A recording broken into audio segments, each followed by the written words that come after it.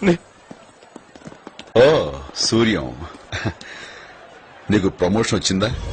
వచ్చింది సార్, కానీ వద్దన్నాను. ఏ? ఒక రౌడీని పట్టించి, ఒక కేడీని పట్టించి, ఒక స్మగ్లర్ని పట్టించి ప్రమోషన్ తీసుకోవడంలో అర్థం ఉంది సార్. కానీ ఓ దేవుణ్ణి పట్టించి తీసుకోవాలనిపించలేదు సార్. అరే సూర్యం, నీ డ్యూటీ నువ్వు చేసావు.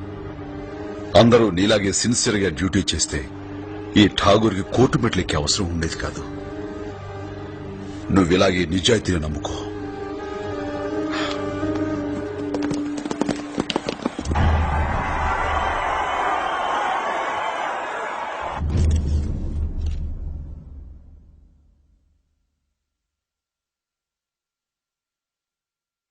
ఈ భగవద్గీత మీద ప్రమాణం చేసి చెప్పండి. గీతలో శ్రీకృష్ణుడు ఏం చెప్పాడు అదే నేను చేస్తున్నాను.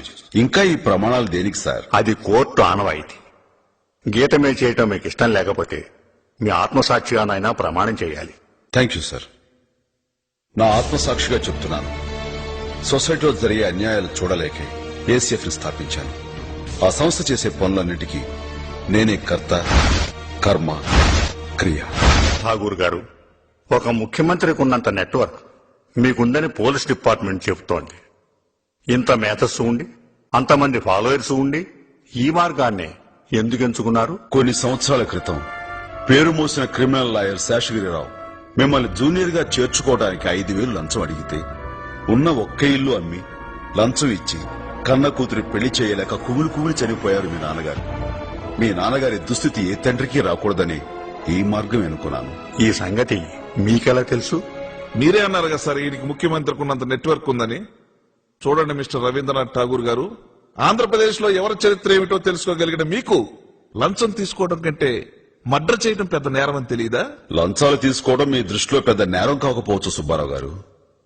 ఒక పబ్లిక్ ప్రాసిక్యూటర్ గా ప్రభుత్వ ఉద్యోగం చేస్తున్న మీకు ట్విన్ సిటీస్ లో 5 కోట్లు విలువ చేసే కమర్షియల్ కాంప్లెక్స్, రాజమండ్రిలో ఒక థియేటర్, బెజవాడ గవర్నర్పేట సెంటర్ లో 3 బ్రాందీ షాపులు, ఇవన్నీ ఎలా వచ్చాయి? ఎందరో అమాయకుల్ని దోషులుగా చిత్రీకరిస్తే వచ్చాయి. మీరు ఒక లాయర్ తో మాట్లాడుతున్నారు. నేను మాట్లాడుతున్నది లాయర్ తో కాదు, లంచగొండి. ఒక లంచగొండితో మాట్లాడుతున్నా. మిస్టర్ ఠాగూర్, ఎక్కువగా మాట్లాడితే మీ చరిత్ర విప్పి జడ్జి గారి ముందు పెడతాను. నల్ల కోటు విప్పి తెల్లమొహం వేసుకోవాల్సి వస్తుంది. యువర్ ఆనర్, ముద్దాయి ఇష్యూని సైడ్ ట్రాక్ చేస్తున్నాడు. విషయం మీ దాకా వచ్చేసరికి సైడ్ ట్రాక్ అయిందా? ఇదే మెయిన్ ట్రాక్. ప్రస్తుతం సొసైటీలో ఉన్న మెయిన్ ప్రాబ్లం లంచం. అదే నా ఆవేదన, సగటు భారతీయుడు ఆవేదన. సార్, వయసు పైబడ్డ కన్న తల్లి కళ్ల ముందు చనిపోతూ ఉంటే కాలధర్మం అని తెలిసి ఏమీ చేయలేక కన్నీళ్లు పెట్టుకుంటాం. అలాంటి కన్న తల్లులను ఎందరో కన్న భరతమాత లంచం అనే మహమ్మారి సోకి అకాల మరణంతో అర్ధంతరంగా చనిపోతుంటే చూస్తూ ఎలా ఊరుకోమంటారు sir? India is the greatest country. ఒక ఇండియా 250 సింగపూర్లతో సమానం. ఒక ఇండియా 8 జపాన్లతో సమానం. ఇండియా జనాభా 102 కోట్లు. అమెరికా జనాభా 28 కోట్లు. 28 కోట్లలో ఒక బిల్ గేట్స్ పుడితే 102 కోట్లలో ఎంతమంది పుట్టాలి? కానీ ఒక్కడు కూడా పుట్టలేదు. కారణం, మన దేశంలో సైంటిస్టులు చేసే ప్రయోగాలు వెలుగు చూడాలంటే లంచం. మేధావుల మేధస్సు మన దేశానికి ఉపయోగపడాలంటే లంచం. అందుకే సార్, భవిష్యత్ బిల్ గేట్స్ మన దేశం వదిలి పరాయి దేశాలకు వలస పోతున్నారు, అక్కడ రాణిస్తున్నారు. చెప్పులు కుట్టుకునే అబ్రహం లింకన్ అమెరికా అధ్యక్షుడయ్యాడు. మన దేశంలో అలాంటి అబ్రహం లింకన్లు ఇంకా చెప్పులు కుట్టుకుంటూనే బతుకుతున్నారు. కారణం లంచం. మన దేశంలో అడుగడుగునా లంచం. మున్సిపాలిటీ నీళ్లు రావడానికి లంచం, ఇల్లు కట్టడానికి లంచం, కరెంటు ఇవ్వడానికి లంచం, ఆ కరెంటు తీయకుండా ఉండడానికి లంచం, రేషన్ కార్డుకు లంచం, రేషన్ తీసుకోవడానికి లంచం, రైతులకు రుణాలు ఇవ్వాలంటే లంచం, ఆ రుణాలు కట్టలేని పరిస్థితుల్లో ఆస్తులు నిలుపుకోవాలంటే లంచం, హాస్పిటల్లో బెడ్ లంచం, తినే బ్రెడ్ లంచం, ఆడపడుచు ఆపరేషన్ లేకుండా సుఖంగా ప్రసరించాలంటే లంచం, బర్త్ సర్టిఫికేట్ లంచం, డెత్ సర్టిఫికేట్ లంచం, మనిషి పుట్టిన దగ్గర నుంచి చచ్చిన దాకా లంచం లంచం లంచం. అగ్గిపెట్టెల దగ్గర నుంచి రైలు పెట్టెల దాకా అవినీతి నడుస్తూ ఉంటే బతుకు రైలు ఏ పట్టాల మీద నడపాలి సార్? అంటే లంచం లేకుండా ఈ దేశంలో ఏ పని జరగదనే మీ ఉద్దేశం? జరగదు సార్. రిక్షా వాడికి భయం పోలీస్ అంటే, పగటిపూట లైట్ లేదని కేసు పెడతాడేమోనని.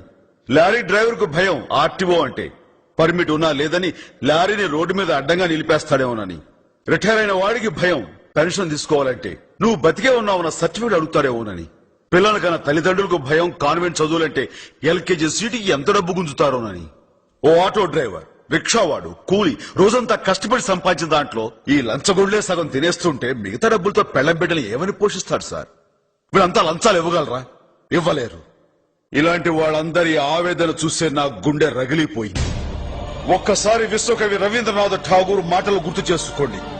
ఎక్కడ మనసు నిర్భయంగా ఉంటుందో, ఎక్కడ మానవుడు సగర్వంగా తలెత్తుకుని తిరగలడో, ఎక్కడ ప్రపంచం ముక్కలు ముక్కలైపోయి మగ్గిపోదో, ఎక్కడ మన చదువు విజ్ఞానం మూఢనమ్మకాల్లో ఇంకిపోదో, ఎక్కడ ఒక మనిషి తోటి మనిషిని దోచుకోడో, అక్కడ ఆ స్వేచ్ఛ స్వర్గంలోకి భగవంతుడా నా ఈ దేశాన్ని మేలుకొలుపు అంటూ ఆయన గీతాంజలి రచించాడు. ఆ ఠాగూర్ పేరు పెట్టుకున్న నేను ఆయన కలగన్న స్వేచ్ఛా స్వర్గంలోకి నా దేశాన్ని నడిపించడానికే ఈ రక్తాంజలి రాశాను. ఒక లంచగొండిని చంపైన 1,00,000 మంది అవినీతి పరుల గుండెల్లో భయం పుట్టించాలనుకున్నాను, పుట్టించాను. మిస్టర్ జస్టిస్, కోర్టుకు చెవులు తప్ప కళ్ళు హృదయం ఉండవంటారు. ఒక్కసారి మీ హృదయంతో చూడండి. నేను చేసింది నేరమని ఇంకా మీకు అనిపిస్తే నా కోసం లా పుస్తకాలు తిరగేయొద్దు, క్లాజులు సబ్ క్లాజులు చూడొద్దు, పేరాలకు పేరాల ఆరాలు తీయొద్దు.